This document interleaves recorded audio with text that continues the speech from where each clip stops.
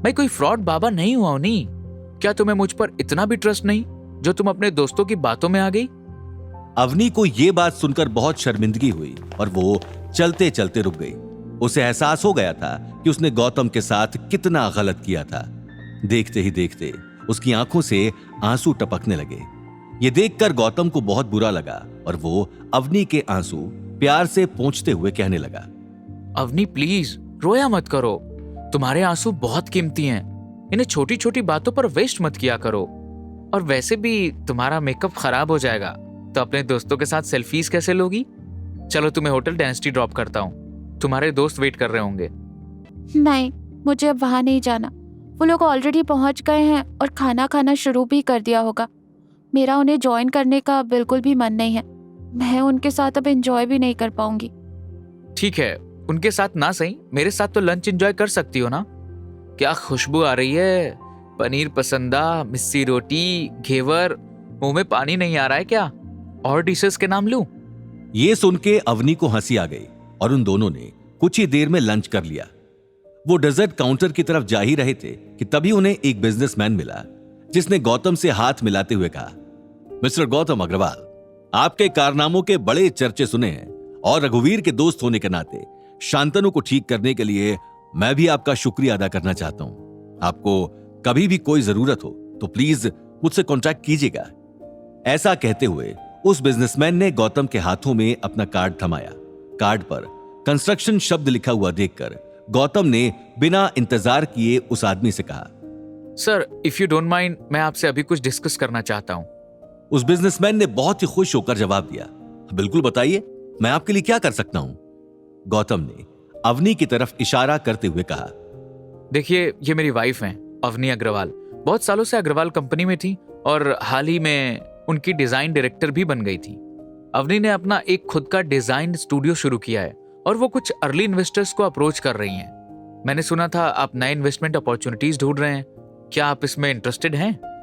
उस बिजनेसमैन ने मुस्कुराते हुए अपने सीने पर हाथ रखा और गौतम और अवनी दोनों की तरफ देखते हुए कहा, अवनी अग्रवाल, ऑफ कोर्स मैंने नाम सुना है और काफी अच्छी बातें सुनी हैं आपकी वाइफ के बारे में। क्या कमाल की जोड़ी है आप दोनों की, दोनों कितने टैलेंटेड हो। आप दोनों में इन्वेस्ट करना यानी फ्यूचर में ज्यादा प्रॉफिट कमाना। थैंक यू मिस्टर गौतम कि आपने मुझे इस लायक समझा।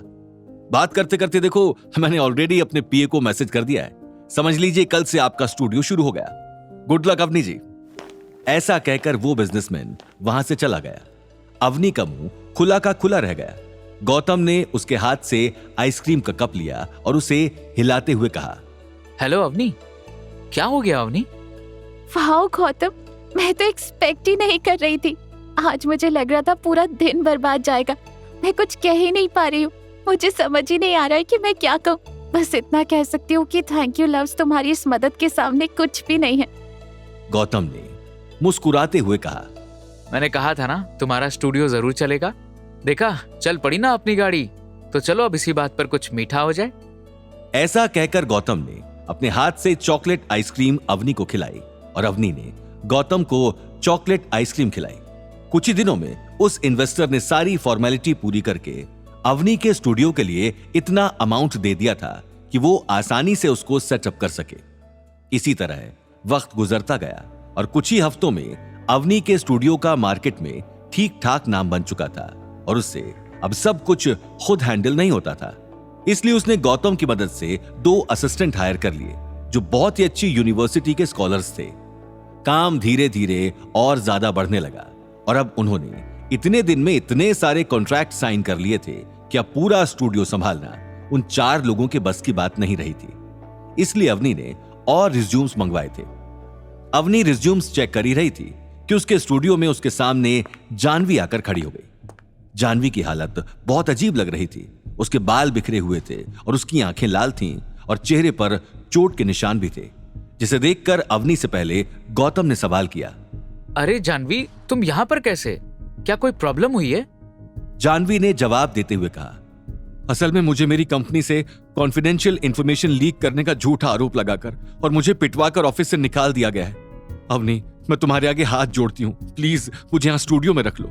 तो मुझे जितने पैसे दोगी मैं उतने में यहाँ काम करने के लिए तैयार हूँ, लेकिन प्लीज मुझे जॉब दे दो। जानवी की बात सुनकर अवनी ने गौतम की ओर देखा। गौतम ने अवनी का इशारा समझ लिया था कि वो जानवी को अपने स्टूडियो में जॉब नहीं देना चाहती, क्योंकि पिछली बार जानवी ने गौतम और उसका बहुत मजाक उड़ाया था और बाद में गौतम से कुछ ज्यादा ही फ्रेंडली हो रही थी। अवनी को जानवी अपने और गौतम के आसपास भी नहीं चाहिए थी। गौतम अवनी का मन समझ गया था, इसलिए उसने जानवी से कहा, पहले तो जानवी तुम एक सॉफ्टवेयर डेवलपर हो, हमें इस वक्त इस प्रोफाइल की खास जरूरत नहीं है। तुम ये देखो, ये सब कैंडिडेट्स के रेज्यूमेज हैं। पीए की नौकरी के लिए भी ऐसे कैंडिडेट्स ने अप्लाई किया हुआ है। अगर तुम्हें लगता है कि तुम्हारी क्वालिफिकेशन इन सभी से बेहतर है तो हम तुम्हें यहाँ जरूर रख लेंगे, और अगर ऐसा नहीं है तो मैं तुम्हारा इंतजाम कहीं और करवा दूंगा। आगे की कहानी जानने के लिए देखिए अगला एपिसोड सिर्फ पॉकेट एफएम के यूट्यूब चैनल पर, और रॉयल वारिस के सारे एपिसोड्स को सुनने के लिए डिस्क्रिप्शन में दी लिंक से डाउनलोड करें पॉकेट एफएम ऐप।